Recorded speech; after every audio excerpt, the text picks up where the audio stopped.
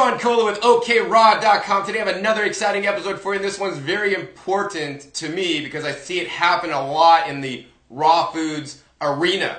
Recently I was at the Woodstock Fruit Festival and met a brilliant young lady named Jolita Brilliance. And Jolita Brilliance has recently started eating meat. And it may happen to a lot of people that are into a fruit-based diet. And I don't want that to happen to you. So today I have a special guest, Dr. James Sheridan, who has a lot of experience with this exact situation and has some reasons why this occurs. And in this video, we're going to share those reasons with you because I do not want you going back to eating animal products. In my opinion, it's not a solution and it's going to cause a bigger problem. So James, why don't you tell us more about yourself, how long you've been into a plant-based, raw style diet and some of your experiences with the fruits and eating high fruit diet. I've been into plant-based veganism for about 28 years and raw foods for about 26. Not as a passing fancy, but of a full-time career, vocation, and a full-time dharma. I'm into it. I live it, I breathe it, I research it. I've been through most of the raw food diets and I've helped evolve some of them. I'm not the founder of a raw foods movement, but I'm one of the early pioneers. And the number one reason that I see people leaving a raw foods vegan program is because they emphasize fruitarianism. The number one reason we lose more people to veganism because of fruitarianism than anything else. In fact, raw fruit fruitarianism is the worst threat to veganism. Why? You think you go out in nature in the Garden of Eden, you walk around, you sit under a tree, you ohm, you do something, you pick this perfectly ripe fruit when it comes off and you eat it. And it is this beautiful lore and romantic poetry that has some validity to it. Fruits are unbelievably high in phytonutrients, high in antioxidants, high in certain minerals, other components that help you heal. They provide immediate energy. They're phenomenal for you. There's no toxins in the fruits whatsoever. Some vegetables and other foods have small amounts of toxins. Fruits have none. They're like God's gift to man and woman. They're amazing for you. But can man or woman live on fruit alone? That is the question. That's been the question for decades. Wow. Now, in my experience, the vast majority, I mean like 90% of people who are long-term fruitarians, I've never seen them be successful, ever. And I've been in this raw now for at least 26 years, studying and researching and being with these people and studying them. They either lose their teeth and lose their strength and health, and they just go off into the jungle and die and sit in a hammock and don't do anything, or they go to the other end of the spectrum and they start eating meat because the fruitarian paradigm, or largely fruitarian paradigm, doesn't have to be all fruit. I mean, doesn't work for them. Is fruit bad, James? Should I stop eating fruit because I mean it's good? I'm going to start eating meat. I mean, what's up? No. Why don't we define like how much fruit? Like, if somebody's eating like 80% of calories from fruit or 90%, like a really extreme amount that's not normal because there's so many different other foods on earth we could be eating. Correct. Okay, if you're doing a tremendous amount of athletic activity, you're burning glucose in your bloodstream. You're burning glycogen that your liver's converting into glucose. You're burning glycogen from your muscles. It's going into your bloodstream. And you're deficient in glycogen because you worked out really hard for really long. What your body wants, the first thing it wants immediately from that expenditure is it wants sugar. It wants immediate blood sugar because it's trying to crank out blood sugar as fast as it can because you're using it constantly. So after you work out or doing lots of athletics, you want fruits or fruits blended into a smoothie which is even more concentrated. It dictates that. It mandates that. But if you're not doing all that exercise, you don't need that much sugar coming into your body constantly. And even if you're doing that much exercise, there's still people that have failed on that and then thrown the baby out with the bathwater and said, fruit is toxic for me. Fruit's crap for you. Even in the raw foods movement, there's people that know because too much fruit, 70, 80, 90%, even 50 for some people is too much for sure. And it depends on the person, right? Correct. Everybody's a little bit different because we're not all clones out of the factory. Whether the vata, pitta, kapha, their metabolism, how much are they doing, their time in life, what's their physical spend, makes a big difference on how much fruit and the time of year too.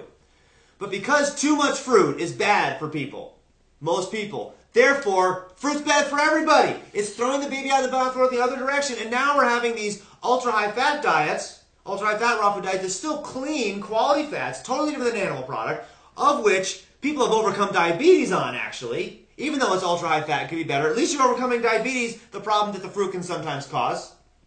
But it's the opposite direction.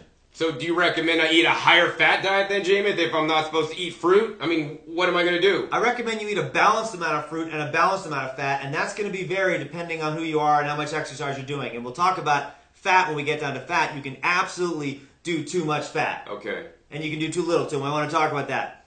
So, most people on fruitarian diets, in my experience, are deficient in multiple things. And sugar. Sugar. If you have just dessert, sweet, dessert, what do you crave? You crave savory, salty foods, things with garlic and salt and spices and stuff. And if you just eat salt, what do you want after a mega salty meal? You want dessert. Bam, bam, bam, bam, bam. Just go back and forth. Swing that pendulum like a maniac back and forth and never have any balance. And that's what happens with fruitarian diets. People swing the pendulum all over everything else because grains are poison, they all cause grain damage, they all have opiates, which is not true. Because gluten is bad for some people. Therefore, all grains have gluten, which is also not true. All tubers are allegedly bad for you. Any cooked foods, all the legumes are garbage for you. Blah, blah, blah, blah, blah. So in a fruitarian paradigm, what are your options? A little tiny bit of greens that they let you have.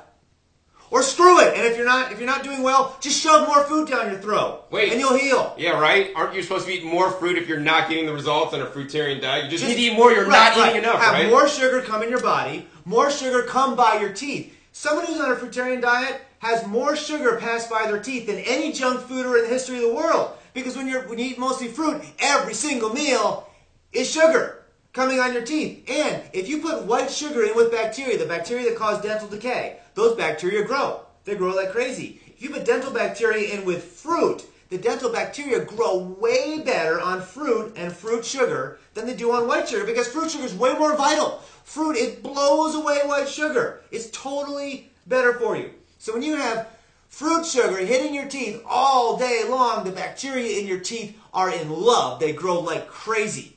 And dental issues is rampant in people that eat high amounts of fruit, including me in the past when I was largely fruitarian, started rotting the teeth out of my mouth. I had issues with my teeth as well due to too much fruit. And that is the number one people because they have no options. They say, oh, well, I can't eat anything in the whole food vegan cooked kingdom. Everything that's cooked is poison, which is not true. Leukocytosis only occurs with animal protein, not with any cooked vegan food. They go the opposite, complete opposite direction. We're eating a high sugar, low salt, low protein, low iron, low B12 food and eat mostly fruitarian. What does the body think and what is it used to? That is a lot of salt because you're not allowed to add separate salt on a fruitarian diet. Blood is salty. Meat does have iron in it, it has B12 in it, it has protein in it, and it also has a tremendous amount of toxicity in it, but it's the exact opposite of a fruitarian diet. I see some people go to eat high meat diets, and then they feel like crap after a while, and they say, I gotta be a fruitarian, I gotta cleanse this crap out. Back to fruitarian, feel good for a while, then become deficient, go back to meat, fruit. They just destroy the body. Too high sugar can give you osteoporosis, and animal protein gives you osteoporosis too. These people erode their bones away, and they erode their life away and their hormones away. Wow, so it sounds like these diet extremes are really not good for us. So, Jamin, there must be a center ground that we'll talk about in a minute. But what are the other top reasons why people start eating, meat from raw vegan or? And it's okay. Yes, it doesn't even have to be fruitarian. Sometimes it's radical deficient diets. Sometimes it's all raw diets that have certain things that are just so stringent. Sometimes they're too high in fat. Sometimes there's no salt. There's all these different things that oftentimes a raw food diet, 100% raw, does not work in my experience optimally for most people long term. And because you're programmed with raw, that raw is the main number one criteria. It's the only criteria of a raw food diet that works. If it doesn't work, well, you can't have everything cooked. You might as well just go all the way to the other end and eat meat. It's a total rejection of an all-raw vegan paradigm because if one little thing doesn't work and they don't give you a place to go, the leaders don't give you a place to go within that, then you go to eating meat. So, some people think that eating meat is better for you than eating tempeh or eating steamed legumes or steamed cauliflower or brown rice or potatoes. Foods that have been shown to reverse heart disease. Foods that have been shown to prevent, in many cases, reverse cancers and diabetes and so forth. You can't do that on poison. It's a total misconception that all cooked foods are poison, and that sends people to eating meat. Case in point, famous person, vegan-oriented health professional, MD, at a conference many years ago. Woman comes up, she says, you know what, when I eat your high-starch, no salt, ultra-low-fat diet, I don't feel well, and I have to have turkey and fish occasionally. Because it makes me feel better. It really blah, blah, blah. She was genuine. The doctor told her, well, it doesn't work for everybody. I'm like, ah! You didn't listen to the woman. You didn't get out of your own box to understand. So I went to the woman, and I followed up with her. I said, look, I think you can do it all vegan. It'd be much healthier. She goes, really? Blah, blah, blah. We talked about it. So here's what I had her do. I had her soak and slightly sprout lentils, is what she mostly did this with. High protein lentils. The meat was high protein. Everything she was eating, she was told, do not eat protein. Because animal protein is so toxic. Because animal protein causes leukocytosis. The same thing happens when you get an organ transplant. It rejects the meat. Because animal protein, we know, promotes cancer. Therefore, this author assumed that all protein promotes cancers, including vegetable proteins, which is not true. Vegetable proteins do not promote cancer. So this author was having them do so low protein, and the only thing they could do, they weren't allowed to have legumes. They weren't allowed to have spirulina, not chlorella, no herbs, no superfoods, nothing like that, nothing high in protein at all. She said, well, screw this, nothing high in protein in vegetable, I'll just eat meat occasionally. That's one driving factor. The other driving factor is she was craving salt. She was told, don't have salt. Salt raises your blood pressure. Therefore, if your blood pressure is higher, you're going to have more cholesterol and heart disease and so forth, which is not a direct correlation. And also, she was probably craving essential fatty acids, which she wasn't allowed to eat any fat. No oil, no flax seeds, no nuts, no seeds, nothing with any fat in it, other than tiny amounts occurring in grains and fruits and vegetables. That's it. So here's my recipe for her. Lentils, higher in protein than animal products, non-toxic, full of phytonutrients. Protein's covered. Massive amount of nutrients in there. Flaxseed oil, omega-3s in a healthy form that does not have any toxicity like pre-formed EPA from animal products does. But shouldn't we eat like the ground flax, Jameith, instead of like the flax oil? Ultimately, ground flax is even healthier than the flax oil because it's a whole food with the beneficial phytoestrogens that compete with the xenoestrogens and the estrogens in the own body that protect you from them. Yes, that's better. But you can't put it on lentils. It doesn't work. She wanted something that tasted good and that worked. Lentils, steamed. You got to cook lentils, or you got to cook all the legumes. Flax oil, essential fatty acids, also more calorically dense than just the whole grain she was eating, and she wanted more calories. Celtic sea salt, but she could have used any salt. She could have used gluten-free organic tamari, or she could use miso, she could use the Himalayan salt, something like that. Those three things, cooked legumes, in this case lentils, flax oil, and sea salt, completely eliminated forever her craving for animal products. She's been vegan, this was probably 16, 17 years ago. Wow. She has not eaten because the person was not giving her the option. But I gave her the option. Look, you can do this vegan. I have helped thousands of people stay vegan or return to veganism, but they had to break out of their previous rigid paradigm, whether it's a raw food paradigm, which is what mostly happens, or if it's an ultra low fat, ultra low protein, ultra low sodium diet. Wow. I'm in favor of, just eating a balanced diet, whatever it is. I mean, we don't want to get too extreme in any case, and this sounds like a happy medium. Yes, and it's not a compromise. It's a synergize. It's it's the best way to do. What was better for her? Eating lentils that are phenomenal for you with flax oil and Celtic sea salt, which tastes and feel good and digest phenomenally, or eating a piece of flesh? The lentils is the best for it. It was the best thing she could possibly do. And there's a lot of people on carbotarian type diets. Some people can do just whole grain starches, potatoes, squashes, grains, and thrive. But there's a good section of the population that they do not get enough protein. They don't get enough fat or enough fatty acids in there. They don't get enough nutrients from that, and they need to do things like the legume family, like focus it more on actual vegetables and massive big salads with things like avocados in it. Not 10 avocados at once, that's ridiculous. But because animal products, animal fat, and processed vegetable oils are so bad for you, therefore, avocado is bad for you? Is it the same exact fat?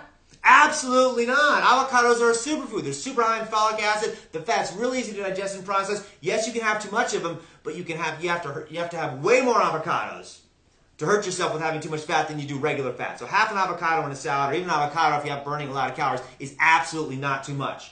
But on those other rigid programs, you're not allowed to do that. With radical fruitarian programs, you can't have half an avocado, let alone a whole avocado. With these ultra-low-fat, starchitarian type things, you can't have avocado, you can't have salt, you can't have protein things. They take too much away from you. So, Jameith, you're saying I can eat all the salt I want now and no go nuts? Thank you, Russ. What's up, man? No, I'm not saying that. He's saying, you can eat salt now, right? So what's the adequate amount of salt we should all be eating? Hard question to answer, but you don't want to shake salt on your food because it's too much. Then you're thirsty. Then you crave sugar. If you crave sugar after your salty meal, you had too much. And what if you crave salt after your sugary meal? You had too much sugar. If it's a mild craving, like, oh, now I've had this enough of this food. If it's strong, it's too much. If you get thirsty after a salty meal, you've had too much. Wow, it's all about balance. I mean, if I eat too much salt, I'll get itchy. And that's like my body telling me, hey, John, you had too much salt, dude. Don't eat so much. If I have too much salt, I'll get really thirsty. And because salt can taste good and sometimes it's fun to put stuff on, it can be something that can be overdone. But here's what happens if you have not enough salt. And I have a visceral experience of this in my own life. I've been vegan now for about 27, 28 years. I can lose count. It's a long, long time. I'm still buff and strong. About 18 years into vegan, I started craving blood, actual blood. I craved this steak juice that I had when I was a kid. It was about a 2-month period of time. I was doing massive quantities of water. Probably about 2 gallons of actual water plus a bunch of juices every day. Just massive quantities. I was doing 0 sodium. Not even lots of celery. And I was doing herbs to actually flush my kidneys, to let water get out of my system. So I was on a massive salt-deficient diet. The most salt-deficient I've ever been in my entire life. I've told people about being salt-deficient, about being sodium-deficient, about not having enough sodium in your tissues. Then you actually are dehydrated. If you have too much salt, you have too much water in your tissues. If you have not enough salt, you can't hold enough water in suspension in your tissues. And no matter how much water you drink, you're dehydrated. The more you drink, the more dehydrated you get. You have to have enough salt in there. So I started craving blood. And I didn't tell my wife, I didn't tell me. I was shocked. I'm like, my God, I'm 18 years vegan. I strongly, viscerally craved that steak juice, blood. So one day, after about 2 months, I was in front of my fridge. I grabbed the gluten-free organic tamari, which is very salty, and usually put it as a seasoning on your food, and I drank it like a juice. I drank it. And I felt this electricity go all over my body because when I looked at that tamari, before I drank it, I started to salivate. My body was telling me, you idiot. You need more salt, you idiot. Don't drink more fluids. Don't have more gallons of water. Don't have more herbs that are flushing your kidneys for this long period of time. I then scooped the miso in my mouth like it was a cake or frosty or something like that and just ate it directly like a food. Wow. A lot of salt coming to my system, and I felt additional electricity and energy just come over my entire body because I was so salt deficient.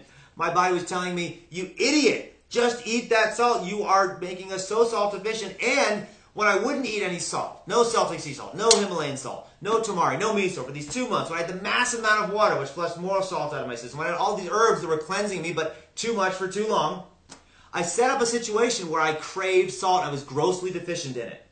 And since I wouldn't eat those other things, my body was like, okay, fine. If you're not going to eat the normal healthy things of salt, we're going to have you crave anything we can think of that has salt in it. What has salt in it? It went way back to my childhood to steak juice, the blood. Blood has salt in it. When you're a kid, you cut yourself, you kind of lick your wound, it's salty. That's just what happens. And my body's like, well, do this or forget it. Anything we can have to make you have salt. And that's why I craved it. And after I did that, I never craved blood again. Wow. I set up my diet such that I would crave animal products. And if I didn't think about that, if I hadn't eaten the tamari, and if I didn't have an ethical framework in veganism, I would have eaten some salty burger, some salty piece of fish, some salty piece of flesh somewhere. And I would have thought, wow, look, animal products made me feel better. And it would have been partially true, but it would have been a setup. It would have been a false blame, a false credit. It was the salt. Now, in other people, it's not necessarily salt. But high fruit, high sugar diets lead to cravings of salt. You're going to crave salt even more. And it's one of the reasons that make people crave animal products. Sometimes people on fruitarian diets won't rinse their seaweeds, even though they're supposed to, because they just crave it so much. Something about them tells them. I used to rinse all my seaweeds when I was mostly fruitarian because I was a good fruitarian following the program. My wife, who was maybe more intuitive than I was, and she also had low blood pressure inherently, low blood sugar inherently, and ran her family, she didn't rinse her kelp. In fact, she started preparing the meals ahead of time and hiding her kelp so I wouldn't rinse the damn salt off. She was more intuitive and she had more issues. She had lower blood pressure, so it made sense. So an adequate amount of salt overall. Correct. Now, if you have no salt in your diet ever, your kidney is going to go in ultra conservation mode and it's going to work harder to preserve the salt you have, and you won't have as much hydration in your body. So if you eat a reasonable amount of salt after having no salt, temporarily you're going to get puffy. Your body's like, oh my God, hold on to every piece of that salt, every molecule of that salt. Don't let any go because we're not going to ever get any again. That's what your kidney thinks. So there comes a point of balance. You also don't want to have, a pillar of salt. You have to be reasonable. You have to be rational about that. There's a balance. There's a yin-yang here. And hopefully everyone's smart enough to understand that. So about what like on the USDA I think says what 1,500 milligrams of salt. I never measure anymore. I never measure it, so I don't know.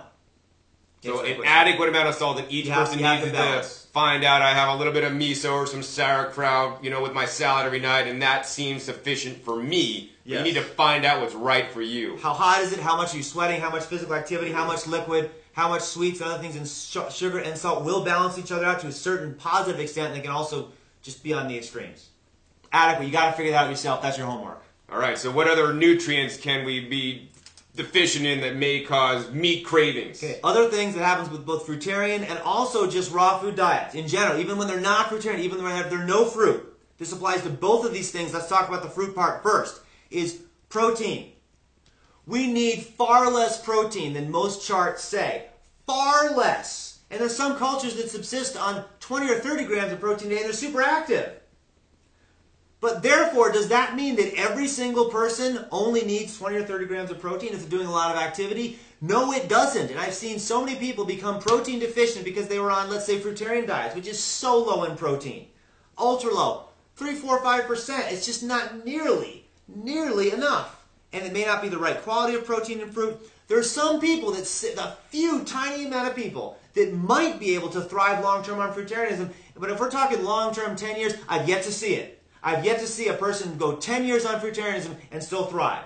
We'll see if someone can come to the plate and do that yet. I've not even seen 5 years for people that were truly mostly fruitarian, not lying about their binges, not lying about their supplementation, and so forth. What about like Doug Graham? I mean, people out there, look up to Doug, and he's been doing this a long time. I mean, how do you explain that? I look up to Doug too, and Doug was one of my early teachers in the raw foods world, and Doug is clearly buff and in shape. But Doug has taken B12 supplements. He's taken B12 injections. Doug's not perfect. He's messed up here and there in various degrees. I don't want to say exactly what because I don't want to have the rumors. But not most of the people, a huge percentage of the people that Doug teaches go off and eat meat. Why is there such a fall off? If it works for X amount of people, what Doug teaches, and it may work for X amount of people, and it might even work long term, we'll find out. But if I'd say minimum, in my experience, minimum of 80% of people it doesn't work for, and it sends them off into meat diets, junk food, or paleo diets, that needs to be looked at, and I think it needs to be presented as, this is a diet that may work for this amount of people. But if you have issues, here's how to fix it. Good point. Here's the issues. Here's how to fix it with complex carbohydrates. Here's how to fix it with salt. Here's how to fix it with lentil protein, with legume protein. Here's how to fix it with spirulina, with chlorella, with even protein supplements. You don't need to destroy your health and the environment and have no ethics by going and eating meat. It's the baby out with the bathwater in the worst possible way. And for those who think that fruitarian is working, for those who fruitarianism is working, if you're kicking ass as a mostly fruitarian, if you're kicking ass as an 80-10-10er, don't do anything I'm saying. Keep kicking ass. And I say that totally genuinely because I want you to be healthy and happy. You're eating an ethical diet. You're not killing anything. You're awesome. But be aware that in my experience, in my 27 years experience approximately to raw foods, and I'm not alone in this, the vast majority of people it doesn't work and you're going to turn them into staunch ex-vegans.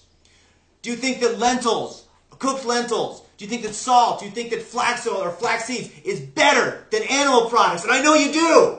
So give them that as the option. Even if they're cheating or whatever you want to call it, let them do that rather than force their hand to go the other direction. Wow. That's why I'm making this video, to get this important information out to you, to give you guys options. I'm not ever going to tell you guys what to do, but I want to let you guys know the options so you can make an informed decision and do the better thing, in my opinion. So, Jameis, what other nutrients can be deficient? Protein too. Protein. Let's talk about, that was protein on a fruitarian. You're simply not getting enough. Most people are not getting enough. And obviously, like Jameis just said, if it's working for you, keep it up, but keep this information in mind if it one day that potentially or possibly does change. You don't have to compromise your ethics. You don't have to compromise the earth, and you can still say vegan. You don't have to, you can do it all within a vegan paradigm without a doubt easily. Now, and it's a healthier way to do it. See my other video where Jameis talks about the 5 reasons why you want to eat more plants and not meat. Yes. The other reason that people on, let's say, a raw foods type diet end up going back to meat, one of the reasons, we already talked about the salt, and these are people eating high nut diets, which is very high protein, higher protein than usually animal protein diets, and not a toxic protein, a good protein, clean, a lot of essential fatty acids in nuts, a lot of powerhouses of nutrition, just awesome things in there. And there's a difference between fats. Some fats are good, some fats are bad, but too much fat of any fat ends up being too much. You end up starting to produce more estrogen, having estrogen dominance, especially if there's no legumes or phytoestrogens built in there. And let's not go to the fat, it's the protein part. Eating a lot of protein. There's many people on raw food diets eating plenty of protein, nuts and seeds, that do not have musculature eating that nut and seed protein alone. It simply doesn't work. It takes them, in some cases, weeks to recover from working out. My wife Kim had that decades ago. It took her so long to recover when we were eating a high-protein, all-raw food diet. She's a Vada, all-raw worked abysmally for her the way we did it at first. Absolutely abysmally. And she's not alone. She's not the only example. I've met so many people who just couldn't build muscle. They were losing weight on their raw food diet. Even sometimes they're eating a lot of calories, they're eating a lot of nuts, a lot of seeds. Their muscles are dwindling down. They're like, this sucks. And some people are like, all right, screw it.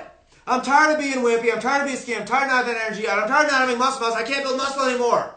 At first they liked it because like, I'm trimmed, I'm lean, I'm clean, I feel awesome, I'm getting veins, I'm vascularized, I love this, I'm active. And then it just kept going. Some of them eat so much nuts and seeds they get fat. Others couldn't even get, they couldn't put weight on. And they're like, oh, screw it, I'll just eat meat. Because I can't eat lentils, I can't eat legumes, I can't eat protein powders, vegan protein powders, I can't eat spirulina, I can't eat chlorella, I can't do any of this stuff. So I'll just do the other. It's been my experience that those people invariably, if they add the number one protein food you can add to your diet, in my opinion, the number one, even more important than spirulina and chlorella, which are godsends for your health. You should add those too. But even more important than that is the legume family. The legume family is higher in protein than animal products, and it's a different type of protein than you find in nuts and seeds. It's different, it has a different energy and a different quality for a lot of people. Now, I want to make sure everybody knows, when I was mostly fruitarian, I was buff, tough, and running marathons. I could do it. I could build muscle. I could pack it on. And it was awesome. It was clean. I was rotting the teeth out of my mouth, and I was getting bladder infections, and other things were starting to go wrong, and I had to stop. Other people can't even get to where I was at, so I have an experience with that. I didn't need to eat legume protein at that time. Other people did, and I've seen people on high nut and seed, high protein raw food diets wasting away, and then finally I'm able to convince them that not all cooked food is poison, that you don't throw the baby out with the bathwater, that these things are unbelievably healing foods, whether it's lentils, chickpeas, organic non-GMO soybeans, black beans, red beans, aduki beans, whatever, snow peas, this, that, any of the legume family, when they add those to the diet, you've got, unless they're a fresh pea pod, you've got to cook them. All the dried peas and beans have got to be cooked to be digestible and healthy. That's an absolutely critical thing. We've talked about that in other talks. They add that to the diet, and if you soak and sprout them first and then cook them, there's no gastrointestinal issues whatsoever. Those people all of a sudden come to life. Their muscles come to life. Their brain comes to life. They're able to build and work out and be buff and tough and strong and energetic. But if they didn't do that, they would throw all that out, the whole legume world out, then probably even throw out a spirulina and chlorella paradigm out, which are unbelievably high in protein, and then probably throw out even a brown rice, organic brown rice, vegan protein, which are superior to whey and casein proteins, paradigm out, and go all the way to meat. We've got to give them options. This is such a better option. And let's talk briefly about the phytoestrogens in legumes. Phytoestrogens are considered the scourge of the world, and they're very high in soy foods. Because people think, here's the illogic, and please everybody, think of this. If you're a health professional, if you're an MD, if you're a regular person, please consider what I have to say. I'm not trying to shove it down your throat, but this is really, really important for you to understand. It's a baby with the bathwater. Estrogen, if your body makes too much estrogen, which it actually really doesn't, but if it does, and I'll go to that in a minute, it can promote breast cancer, uterine cancer, various different female cancers. And if you're a man, it can actually compete with your testosterone. You'll have less testosterone in your system, and it's not good. There's also petroleum products and other chemicals in the environment that are called xenoestrogens. And they come in from the outside, and they add to your body's own estrogen burden, and they make your situation even worse, and they contribute to cancers in both sexes. Now, is there something that in the world, in life, that Mother Nature, that God has put on this earth for us to protect us from these things? And the answer is yes. And it's phytoestrogens that are weak estrogens. Now, because they're weak estrogens from plants, people assume because actual estrogen and too much can cause cancer, because xenoestrogens, toxic chemicals from the outside, can cause cancers. Therefore, because the plants are weak estrogens, they promote cancer. We all on the same page there. Does that make sense, John? Absolutely. A little bit of this type of estrogen promotes cancer, so that type must promote it too. I mean, it's like if A, then B, and B, then C. Right. I mean, that's like math, right? Okay, that's math. If that were true, if this were an axiom, if this were a reality of truth, if this were the way the world worked, then the cultures and the people that eat the most phytoestrogen foods, not supplements, not xenoestrogens, foods, phytoestrogen foods, legumes, would have the most cancers. Right? Phytoestrogens cause cancer. It should do it that way. Yeah, it's got. If this is true, it's got to work that way. You've got to have these populations having the most cancer, eating the most organic, non-GMO soybeans, lentils, chickpeas, all these things are legumes. It's got to work that way if this is true. And when we look at the Asian cultures, be it Japan, Okinawa, and China, that are eating the most whole organic soy foods, not supplements, again, not GMO crap, not raw, whole organic cooked soy and other lentils and other legumes, they have the least estrogen-based cancers. The least!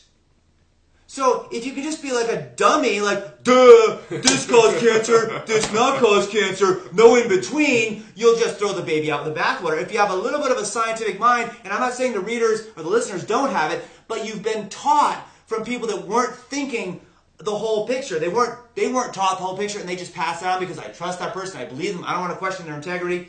There's a difference between questioning someone's integrity and questioning their competency. It's totally different. I totally trust the person with my life, but they suck at doing this job, so I'm not going to have them do it. That's how it works. So, we find that they have the least amount of disease, the least amount of estrogen-based cancers. Here's why it works differently. Estrogens that your body makes, they're estrogen and they work as estrogen. Xenoestrogens, outside the body, they work as estrogens. Phytoestrogens from plants, as long as they're still in the whole plant food form, not supplements thereof, fill up the estrogen receptor sites in your body, male or female, and they prevent the xenoestrogens, or your body's own estrogens, from attaching to that cell, from attaching to the breast tissue, from attaching to the uterine tissue, from inhibiting testosterone in men.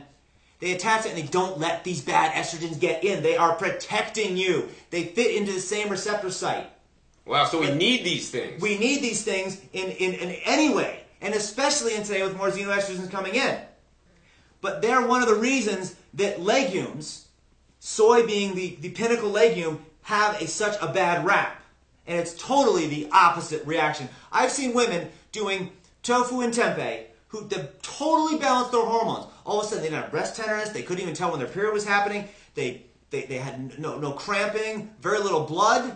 When they got on to could be either whole, cooked, organic, non-GMO soy, or some of them use lentils, some of them use chickpeas, some of them use black beans, some of them use, there's other legumes too, some of them use carob, some of them use alfalfa, some of them use peanuts with the oil poured off the top and the peanut butter. That's also legume to balance their hormones.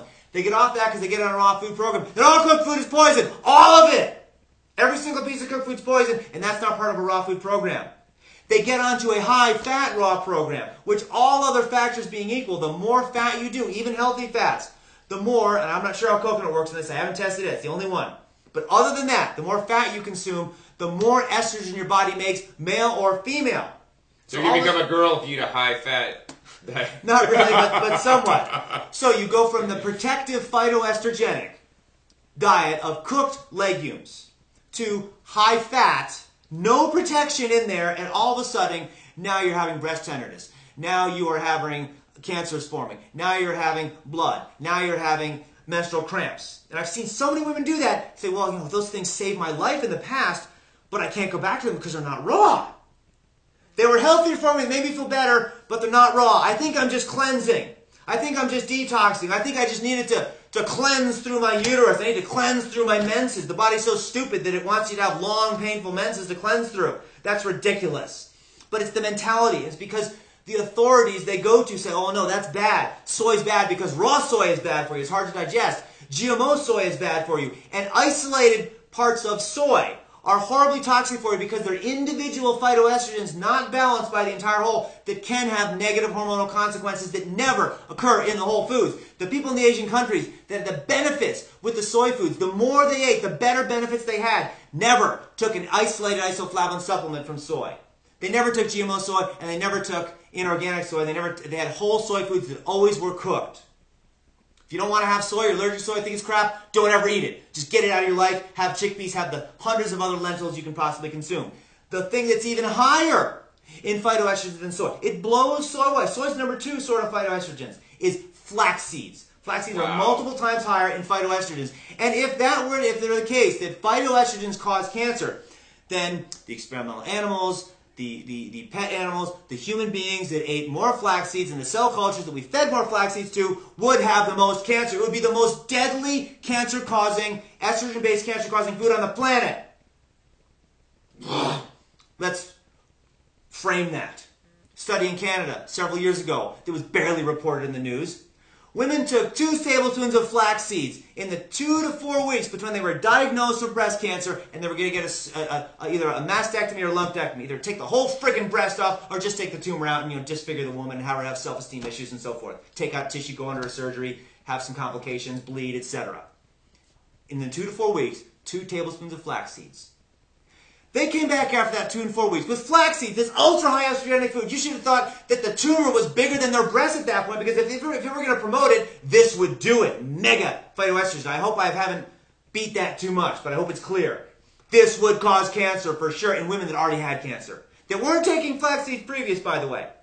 When they came back 2 to 4 weeks later, it found that all of them had reductions in breast tumor size just by adding the flax seeds. Some of them 50%. Wow. That's all they did was 2 freaking tablespoons of flax seeds ground on the coffee grinder every day with massive phytoestrogens. Wow, that's easy to do. That's a piece of cake, and that's just the tip of the iceberg. You can do so much more. So what do they do with this crazy, malicious, barbaric, medical, peer-reviewed, double-blind, placebo-controlled study? Fill out more flax seeds, right? So that they can heal themselves. No, of course not. No? No, they went ahead and had surgery. Does that make any logical sense? It's like, take 2 more tablespoons of flax seeds and call me in the morning. That's insane. That should be medical malpractice.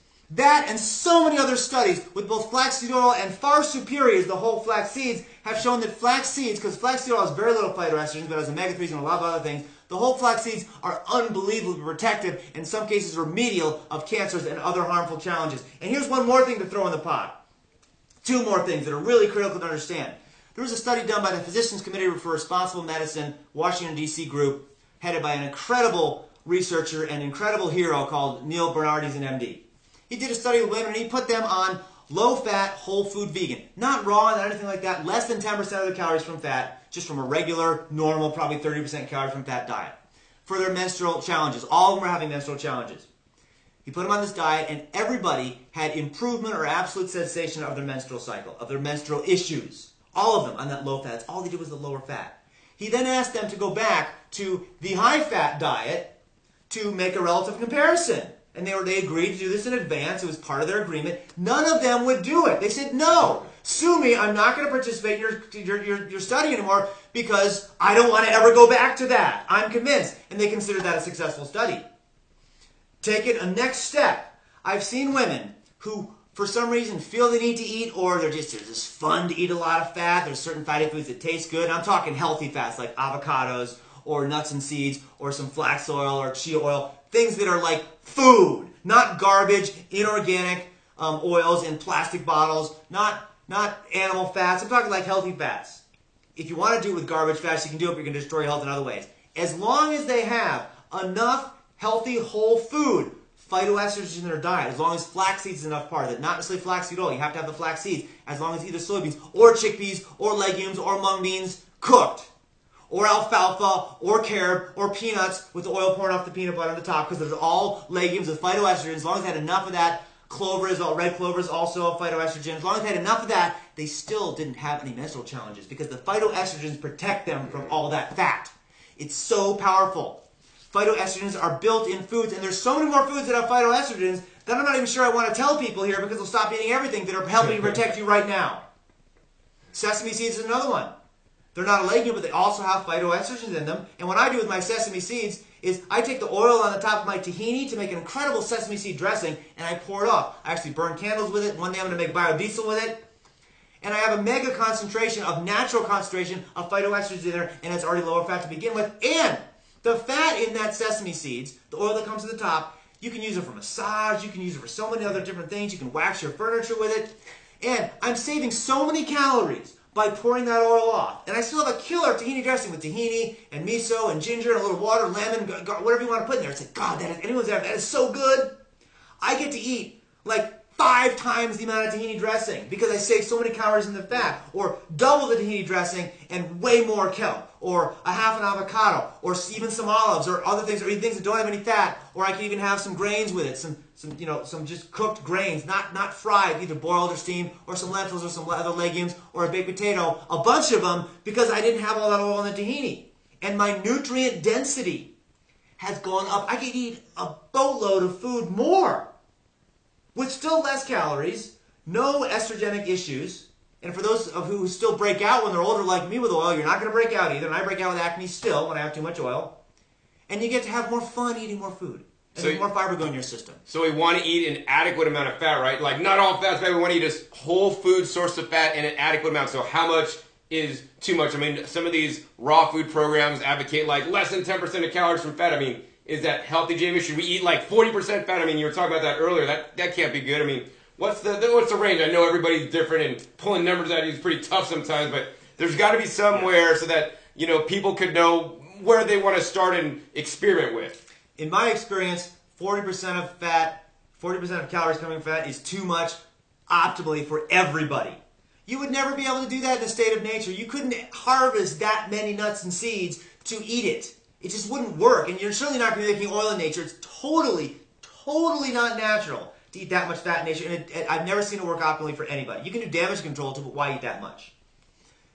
10% I think is actually okay for some people, depending on what they're doing, what kind of lifestyle they're leading. I think that's absolutely fine. I don't think you need to be worried about it, and that's pretty much you're not eating any nuts or seeds, you're not eating any avocados, and you're just eating all the other foods, all of which have a little bit of fat in them. Some of them, even like oats and oatmeal, have a little bit of omega-3s in them and so forth. I think that can be fine. There's some of you that might need or want a little bit more than that. I think you can go anywhere, let's say between 10 and 25, depending on what you're doing, what type of fat. That's my approximate range for people. If you have, let's say, some Air Pop organic popcorn, I'd say put a little bit of flaxseed or coconut oil on there, actually mix them both together, a little bit of Celtic sea salt, then maybe a little bit more.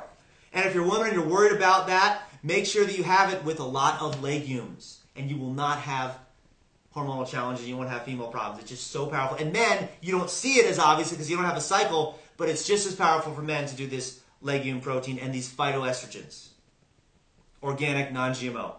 So if you want to make it easy for people, Jamie, that don't want to have to like cook their legumes and sprout them, do you have a product actually you're just with actually that kind of that stuff in it, so you can just supplement it in your smoothie every day? Well, somewhat. It's not really a supplement, but I do have a product called Friendly Fats, which is 70% slightly sprouted flax and then 30% slightly sprouted chia seeds. Extremely digestible, which you can put in your smoothies every day. Or go buy some flax seeds, grind them up in your coffee grinder, and throw them in. Whatever you can do. Either one's awesome.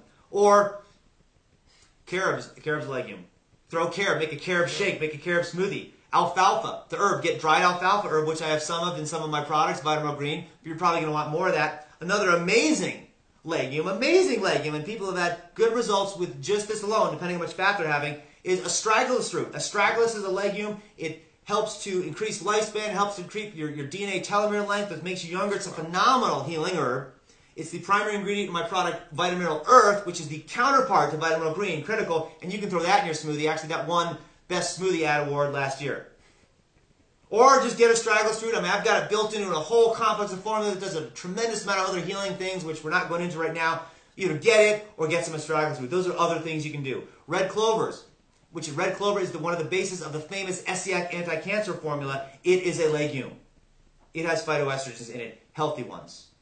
So we want to include these in our diet instead of exclude them like some programs may advocate. Correct. All right, James, so what other nutrient deficiencies, aside from the ones we learned about already, can get people from maybe like a fruitarian style diet onto eating animals, for some nutrients that they're missing? Critical nutrient that you hear about with vegans a lot, that every vegan is deficient in this nutrient. One of them is being iron. And this is such a half-truth, and I want to give you the truth about iron. If you are in a fruitarian or high-fruit diet where you're not having enough greens, not enough kale, not enough collards, not enough other greens, parsley, spirulina, chlorella, superfoods, nettles, dandelion, horsetail, things that are replete with non-toxic, awesome iron, you can absolutely become deficient in iron. And if you set yourself up by just eating fruit and avoiding things with iron, and then someone gives you something from an animal product that has high iron, well, all of a sudden your iron is going to be up, you'll have more energy, and you think, oh, well, look, I need animal products. But you didn't use all the choices, and we're considering the toxicity of that animal product. Let's not even consider the toxicity of that animal product right now. Let's just talk about iron sufficiency. Iron is different in an animal product than a vegetable food, and you've been told this. We've been taught this, and it's a half-truth. And I used to get in heated discussions and debates with people about the difference between heme iron, which you find in animal products, red meat, other animal products, mostly in blood, and you find in a supplement, heme iron, versus non-heme iron, which you find in vegetable foods, which is claimed to be less absorbable, and it's a half-truth. Here's the half where it's true. If you are already sufficient in iron, and you take vegetable source iron, spirulina, chlorella, dandelion, nettles, kale, collards, parsley, whatever happens to be, the greens, you will not absorb that iron well. That iron is poorly absorbed. So in that case, the statement's true. Supplemental iron or animal iron is more absorbable than vegetable iron if you have enough iron in your system. So let's get that absolutely true. But let's take it to another step. What happens if you have too much iron in your system? And what can give you too much iron in your system? If you take too much of a supplement or too much of an animal product, you can easily get too much iron in your system. And there's people that actually have to go and get their blood drawn periodically because their iron levels are too high. Now, why is that bad if your iron levels are too high? Because iron is an oxidant. It's the opposite of an antioxidant. It creates free radical damage, which is the basis of all aging in human beings. It creates it in your body, and it destroys your health if you have too much iron in your system. Animal products and supplements absorb at a flat rate whether you need it or not. Vitamin supplements that have iron in them, most of the multiples have had iron removed from it. And you'll see on the labels that it says, warning, accidental overdose of iron-containing supplements is a chief cause of fatal poisoning in children under 6. Mommy take pill, baby take pill, Flintstones vitamins, whatever it happens to be. You know, nice crunchy vitamins, tasty things, you do things, and the kids are dead. Dead, because they had too much iron. Let's change the paradigm and see how it works now. If you are deficient in iron, and you take an animal iron or a supplemental iron, those irons, those heme irons, will absorb at a certain rate. But when you're deficient in iron, the vegetable non-heme iron absorbs at a greater rate than the animal iron or the supplemental iron because you need it. Because the non-heme iron has protein and bioflavonoid and lipid and mineral and other complexes around it to allow the body to say, you know what, I want to unwrap you, package of organically bound iron, or I don't. When the body's deficient, it unwraps the iron package that you only find in whole foods or dried whole food superfood supplements. Plant foods. Plant foods. It has to be a plant food. It's the only place that all those complexes come out. And you can't get too much iron by eating It's impossible. It's impossible. You cannot raise your iron level too high by eating the whole plant foods with the whole complex of nutrients around it. But you can with the animal products. Correct. Nature built that in. You can't kill yourself with spirulina. It's just not possible. You can't get too much iron from kale. All these things we talked about. It's amazing built in. So bring on the spirulina. Bring me 5,000% of the RDA of iron, which I have done multiple times over the years. Multiple days and weeks with various different superfoods. When I take my blood, I look at it regularly, I'm never too high in iron. I'm never too low with it. It's just perfect. It's where my body wants it to be. That applies to so many other nutrients too. Iodine is not something people are necessarily deficient in. They can be on a fruitarian diets because there's not that many minerals in the soil. Iodine, we know iodine when you get it in a solution has a skull and crossbones on it. It's deadly if you take too much. You can take any quantity of iodine in the form of whole seaweeds, not an extract thereof, in the form of whole seaweeds or seaweed powders and superfood products, and there's no toxicity of the iodine. I am a living testament to that, and there's hundreds of thousands of others that take way beyond the safe level of iodine in whole food form. Not sprayed on the whole foods within the organic matrix of the whole food. It's so different. It applies the same to iron. So it is so easy to get iron from superfoods, from greens. There's no reason to set up a craving for meat or eat meat to get iron. And it's actually toxic iron. And I said earlier, maybe we didn't catch it on tape, in the early days when I'd argue with that over people about heme and non-heme iron, sometimes I would end it with, let's just have an arm wrestle and decide it out. And I never lost, and I never lost the challenge. Because if I was vegan, and I am vegan for about approximately 26 or 7 years, they should have been able to waste me in an arm wrestle. And it never happened. Anybody that was non-vegan should have been able to waist me in an arm wrestle. Anybody at all. And that wasn't the case. It's just not true. We have so many athletes being vegan, MMA fighters, boxers, Olympic athletes. It's just not necessary. B12. Let's talk about B12. B12 is an issue for everybody that's alive. B12, there's a lot of debate on where it will come from, what superfoods provide it, what things don't. But I want to distill it down to what you can absolutely guarantee. B12 is made by bacteria. It's made by bacteria in soil. It's made by bacteria in your intestines. It's also then deposited in your flesh tissue. So, if you eat an animal product, there is B12 in it. But it's looked at like a vegetarian or vegan issue. And it's not. Because 40% of the average American population, 40% of the meat-eating American population is B12 deficient. So clearly, it is not a vegan issue. But if you're vegan and you're B12 deficient, it's because you're vegan. It's not because 40% of the average population is. It's an issue for everybody alive. Is it because we don't have any healthy, quality, organic dirt or other things on our farm, carrots and things like that? There may be things like that. I don't know the exact answer. Here is the easy solution that whether you're eating meat or you're vegan, you become B12 sufficient. Either take a B12 supplement, which is so easy. You just take a B12 supplement. Actually, B vitamins are water soluble. They have no toxicity like certain fat soluble vitamins and like minerals. You can take a supplement of it. Or you can do what I do and just take probiotics. And I have probiotics and a lot of the different products I have. I take them every day for health. And they make all the B12 I need. I haven't had a B12 supplement or any B12 for an animal. I haven't had animals in 27 years or a B12 supplement. And my B12 levels and everything associated with are absolutely optimum. I do not supplement whatsoever. That's probably because of the things I consume, either the green foods in combination with the probiotics. And I've actually done tests to show that you can reverse B12 deficiency just with my product Vitamin Green on multiple people. All right, Jamie, so that was some really important information on B12, and I definitely agree with you. Some of my areas of study lately has been into actually growing organically and improving the soil and actually some of the bacteria in the soil that actually produce the B12. I mean, where does the cow get its B12 from? It's from the soil, and because of soil depletion, the minerals being washed away, and the soil bacteria being deficient, I think that may be one of the issues. But as James said, really simple and easy to solve. Just take a supplement. I mean, I already do this, although I'm working on improving my soils to make my plants have the B12, and then I'll eat them. But until that time, I definitely take the Vitamin Green and a supplement just to be safe instead of sorry. So, Jamie, are there any other reasons why somebody would want to start eating meat from, being a fruitarian or raw vegan in some instances? Yes, and actually there's two reasons. One is wrong calories that can be misinterpreted. If you're on a raw foods or a vegan, non-animal product diet, whatever it happens to, raw cook, doesn't matter, and you're eating 1,000 calories a day because you're trying to eat pure, you're trying to just eat rabbit foods, just fruits and vegetables, just salad, you're losing weight, you're feeling great at some point, but then at some point you're like, your body is really, really hungry. You're only having 1,000 calories and you need 2,000. You're only at half wattage. What happens at that point, even if it's the purest food, even if it's the best diet that I could design that was totally sufficient in nutrients, I could design a diet that had superfoods and greens and herbs and superfruits and other things that was totally sufficient in nutrients. Never could you ever be deficient in any nutrient. And if I just had 1,000 calories a day of it and I was burning 2,000 calories, I would eventually get sick. What happens is your thyroid, which controls your metabolism, would slow your entire metabolism down. It's like the idle of a car going... Because here's why your body slows your metabolism down.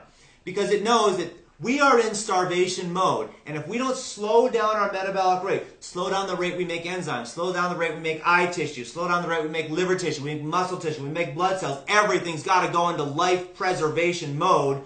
We're going to die faster because this person's never going to eat enough calories again, and we want to stay alive. We want to keep this bozo alive who's only eating 1,000 calories and needs 2,000. Your thyroid will slow you down. You're totally, totally lethargic. If you then go to, if that's your comparison, then you go to a meat diet where you all of a sudden you can eat a lot of calories. You can eat 2,000 calories, let's say. Higher fat, higher protein, higher caloric density than just fruits or vegetables in this case. You're going to feel better. Your thyroid's going to be like, wow, I don't need any more nutrients, but all of a sudden I have more calories. I can turn the generator up. I can light more lights. I can power more things. I can power more systems in your body. I'm a more powerful generator. Right there is a reason that some people mistake I needed to go on that paleo diet, that meat diet, even that McDonald's diet.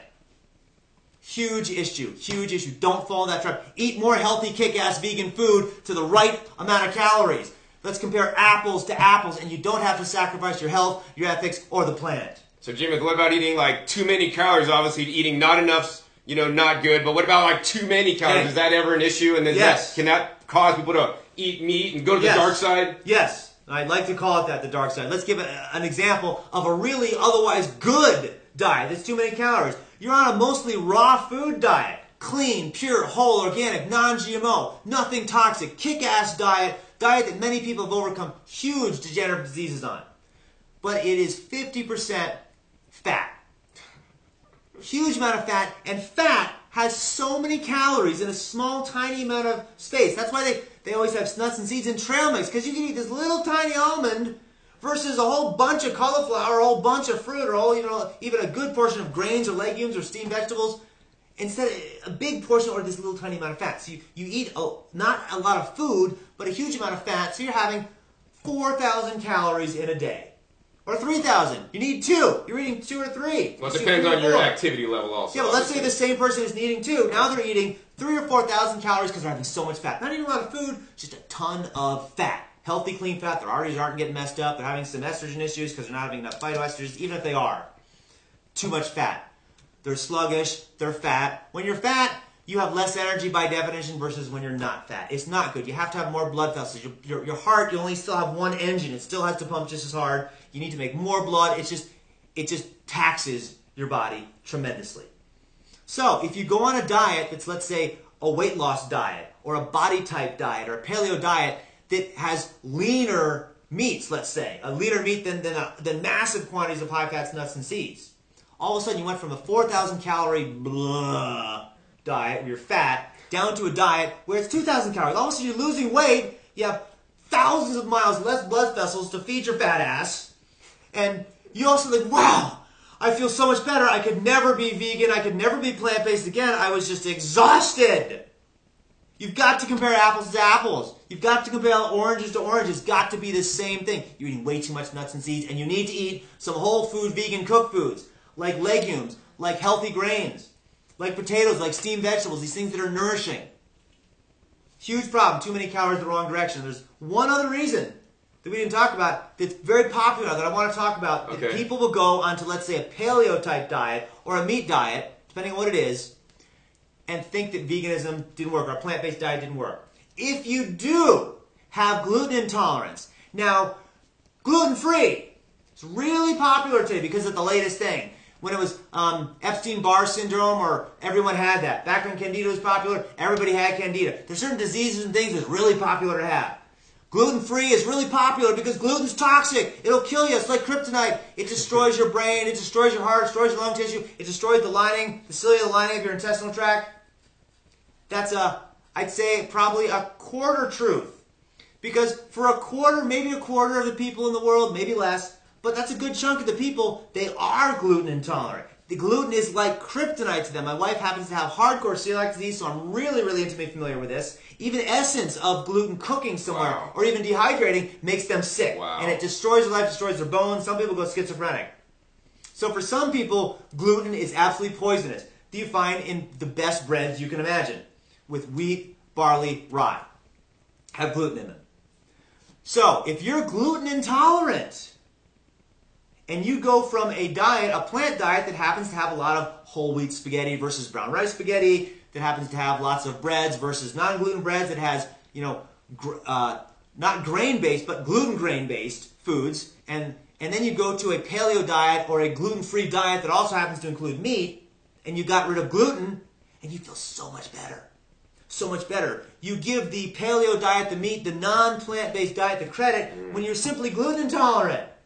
You went from one thing that can take your bones down to animal protein that can take your bones down just as much. You went from one poison to another poison. You don't need to do that. You can do it within a vegan paradigm. And there's a huge difference between gluten intolerance and wheat allergy. I have a wheat allergy. I'm allergic to wheat. Regular hybrid wheat. I get sniffly, I get flu-like symptoms. I get, nasally and so forth. I can eat all the spelt and kamut, which have gluten in them, which are ancient wheats I can imagine with no issue.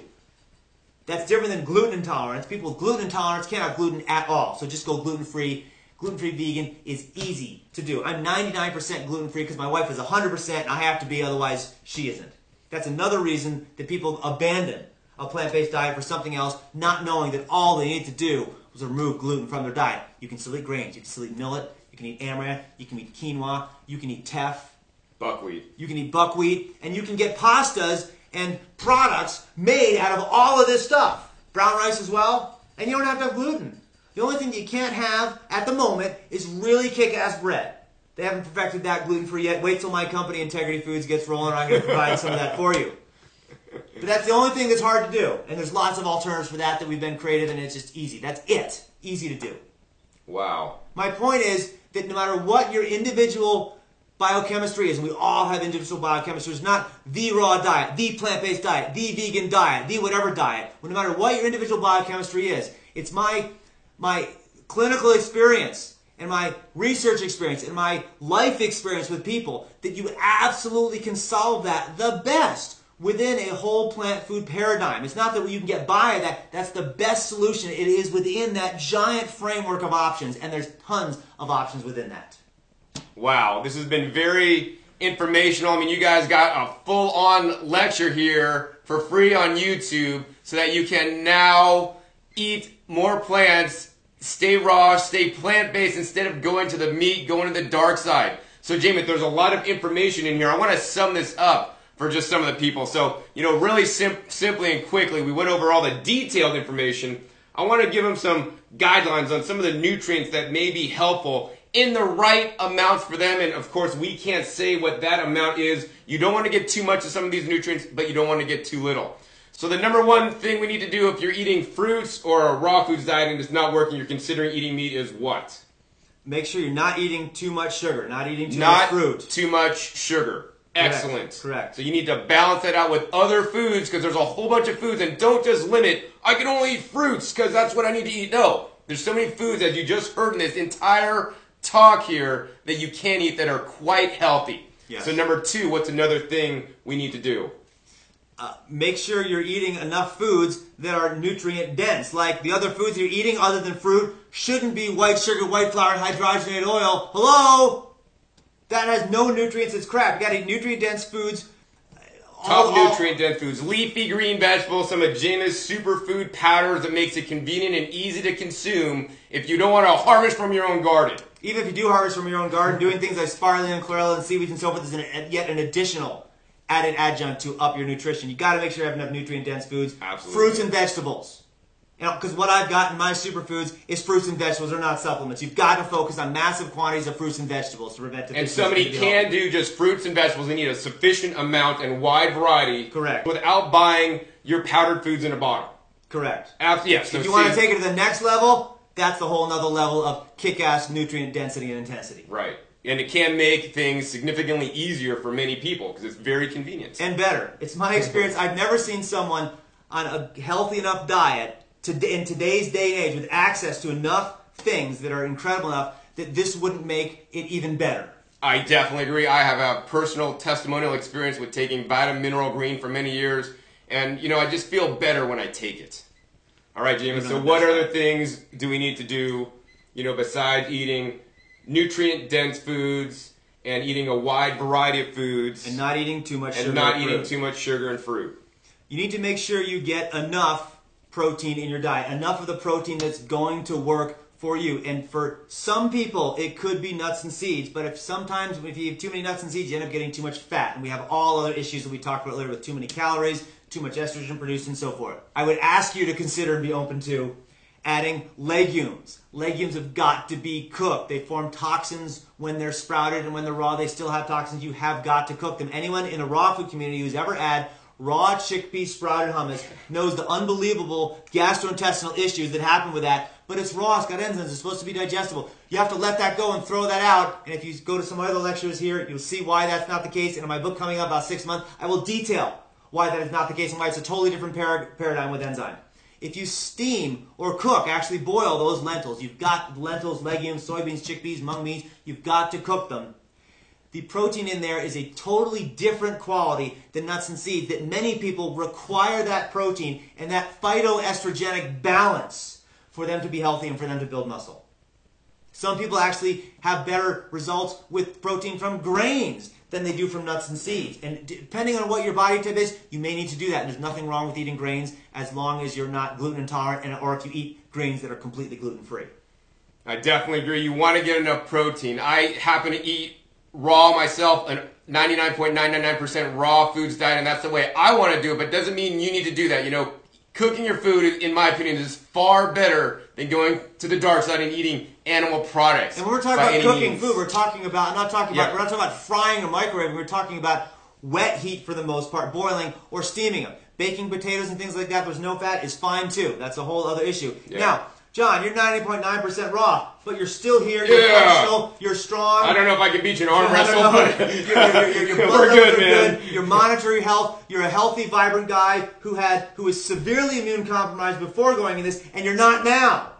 So, would I say, John, you need to eat something cooked right now? No. Am I beating down your door? No. No. Now, if you were like emaciated, or you were sick, or you had immune problem, you had other things that were classic symptoms of like, John, there's something you need from something that you can only eat healthfully cooked. I would totally do it. I'd be beating him up, and I could, because if he's so weak, I could take him easy, if that was the case. But that's not the case, so there's no reason. I'm not harping on John to do that, but I do harp on some other people that clearly are going in that direction. We're giving you guys options if that's what you want to do. I do it all raw. I mean, there's plenty of protein in the spirulina and chlorella that I take in my leafy greens, eating enough quantity of that stuff. I take some of the legumes and, carob powders and peanuts, which is a leguminous pod. Yes. I grow beans every year in my garden. I eat them fresh when they're baby and young, so they have minimal amount of the toxic lectins and other things in there. So, what this all is about balance. If you're eating too much of any one thing is not good. We want to eat a wide variety and little bits of everything so we get a good balance. And John, what you've created in your yard with your garden and so forth is, see, you're eating those peas, which when they're fresh and have water content, they don't have those issues. They don't have the enzyme, the protein, the nutrient inhibitors in them. It's only when they're dried do they have that. You are getting that protein that most people don't get. You're getting it right from your garden. You're eating the Garden of Eden to a certain extent. I mean, you just need to grow an algae pond and a few other things and maybe bring some seaweeds in. You could grow spirulina in a fish tank in your house. You could. I'll have an episode on that soon. John is in an unusual situation that he's creating a closer variety of the Garden of Eden. And if you do that, then it's easier. And I teach you guys how to do that on my other YouTube channel, over 700 videos, growingyourgreens.com. That's why I'm so passionate about growing food, because that truly is one of my answers to living sustainably on this diet, by growing your own food and eating the highest quality food that you can't find in a bottle. Yes. All other factors being equal, fresh is better. So, James, what other nutrients do we need in our diet so that we don't have to go to the dark side and start eating meat? The other nutrient we talked about is iron. Heme iron, being from animal products and supplements, having a toxicity, being an oxidant, creating free radicals, actually killing children and damaging adults, sometimes killing them if they get too much. You need to make sure you get enough from greens. It's non-toxic and completely absorbable, balanced absorption in plants, and you can't absorb too much from plants. The plants don't let you, the body doesn't let you. You get to make that selective decision. It's totally different. Make sure you have enough greens in your diet. Yeah, greens are very important. That's why I like to eat a balance of greens and my fruits. A lot of people may be eating, in my opinion, too much fruits without enough greens. And there's so many different, more varieties of greens to eat than just romaine lettuce. And each one has a whole spectrum of different nutrient phytochemicals that I want you guys to eat. And if you think, well, I can't do that, I'm busy, I'm this, and all I can have is salads, well, get a bottle of Vitamin Green, or get some Elite Green Protein, or some of the other green, amazing combinations of ultra-high mineral absorbable foods that I've got that Mother Nature made and I just assembled and put in a bottle vessel. There's a massive influx of whole food nutrients that can take anyone's diet to the next level, but especially if you can't get all those things, it's easy. Bam! Solution. Until you can get back to the Garden of Eden. Absolutely. Not a supplement, a superfood concentrate. Absolutely agree. So what other nutrients do we need to ensure that we don't start eating meat? B12. B12, that's an easy one too. 40% of the meat eating population is deficient in B12. Two things. The easiest thing for the average person to do, so you don't have to think about it, is just take a B12 supplement. The probiotics that I have and the Vitamin Green and possibly in other products will completely reverse that. In some people, everyone I've tested so far, don't know if that will happen with everybody, but if you do that, because it's a universal worldwide problem, B12 deficiency for everybody, if you're going to do it without a supplement, at least every once a year, get your methylmalonic acid level checked, which is one of the best determiners of B12 status, and make sure you're sufficient. And if you're not, do something different. And if you have to, take a supplement, no issue, solve the problem, case done. Easy. Whether you're eating meat or not, 40% of the meat eaters are B12 deficient, not a vegan plant-based issue. So the next issue, that you may have a deficiency with to start craving some blood is easy. It's salt. Now, I know a lot of people shun salt like salt's bad. No, we need an adequate amount of salt. Too much is not good. I'm not saying dump salt on everything, neither is Jameith. You want to get just enough that's right for you, and you need to figure out what that is. I always encourage you guys to get it from a whole food source whenever possible, but you got to eat a lot of celery to get it from celery. So, something like sea vegetables, and what are some other good sources, Jameith? Sea vegetables is a great source. Celtic sea salt, Himalayan sea salt. There's a lot of different varieties of that. Some I like, some I don't. My favorite sources are actually miso, because miso is extremely anti-cancer, extremely anti-radiation, high in antioxidants, just phenomenally good for you, and it has salt in the side.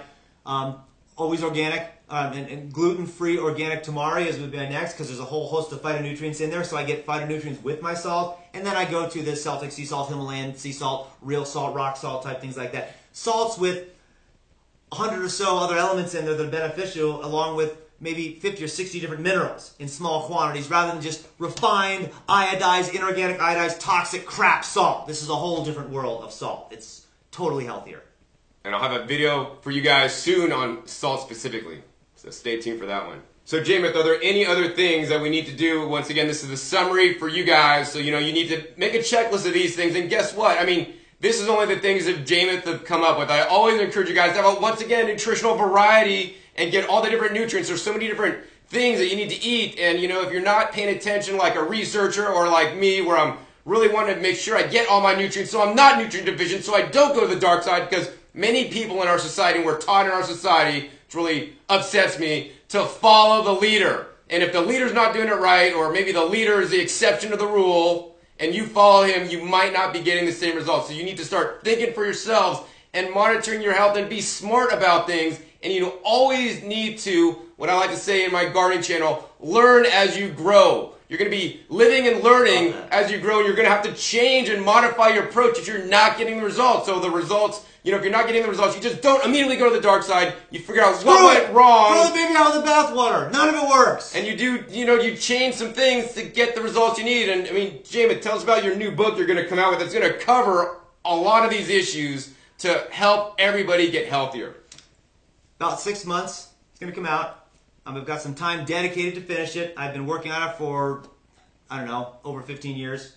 It's going to present a whole new paradigm in healthy eating, in plant-based eating, and in raw food eating, showing why it's absolutely critical, with new definitive information, talking about some of the leukocytosis information I've done, plus other shocking things like that, why we absolutely must be plant eaters to be healthy, why raw is phenomenally good for you, and why, even though I've talked about, I don't think most people should be all raw long term. I agree. The thing I will also be having in there on the flip side is, if you want to be optimally healthy, you must include a high percentage of high water content raw foods in your diet, or it's just not going to happen. You've got to have enough, and that's going to vary depending on people. And it's going to create a whole new paradigm and a lot of controversy. People calling me names and swear words because I'm not all raw anymore, and I'm blah, blah, blah, blah, blah, and that isn't really true about meat, but I encourage you to read. It's going to be called Raw Warrior, Embracing the Biology, Not the Philosophy. Wow, I definitely agree with that, because, to me, and I've said this many times, you can check some other videos, and, raw is not the law. What it's about to me is about 100% health, not 100% raw. If I had to eat some cooked, plant-based products to get healthier, whole foods, I definitely do it. But to this date, I haven't found the need or the desire to do that. But maybe with some of this new information coming out, I might have to change my mind a little bit. And if I were to be all raw right now in my life, I would have to make a choice. If I'm being all raw and athletic, I'm working out weights, I'm hiking, I'm running, I'm doing things. And I don't do that all the time. I'm a weekend warrior now because I got to work and have a job and so forth. If all raw, I need to make a choice for my metabolism. I would either need to eat too much sugar because I'd be having a lot of calories coming in, or I would need to eat too much fat in the form of nuts and seeds and avocados, because I can't just do it on vegetables. I can't just do it on salad. I'm not getting enough calories coming in. See, and I've done that before, all raw. I've done too much fat, I've done too much sugar, and it's bad. I thrive much better, and I have no choice at that point other than to eat whole food cooked things. It's required in that case. Now, does that make sense in the Garden of Eden? No. But is it real, a reality now for the vast majority of people? In my experience, the answer is yes. And I want you to be healthy. If you're thriving like a maniac and you're all raw and everything's perfect, don't do anything different. If you're not, do. Absolutely agree with that. So, Jamin, how can somebody learn more about you, your work, and purchase some of your products? They can go to healthforce.com or warriorforce.com, neither of which are directly talking about my book right now, but we'll have links to that book when it comes out. I'll have a big fanfare on that. And currently you can get what I believe are the best, most nutrient-dense, most life force-enhanced superfoods on earth at healthforce.com, or for the sports enthusiast, warriorforce.com. Wow, Jamin, that was really powerful. I hope you use this information to change your life for the positive. There's so much information contained in this, you might want to actually even watch it a second time. So, Jamin, I really want to thank you for this time you shared to educate my viewers about this stuff so that they don't have to go to the dark side and they can stay on a healthy, whole foods, plant-based, primarily raw foods diet. Yes, I want you to be healthy, and I want you to be happy, and I want the world to be a healthier and happy and more compassionate place, all at the same time, and we can do that. Thank you, Jamin. So I hope you guys enjoyed this episode. Once again, my name is John Kohler with OKRaw.com. We'll see you next time, and remember, keep eating your fresh fruits and vegetables. They're the best.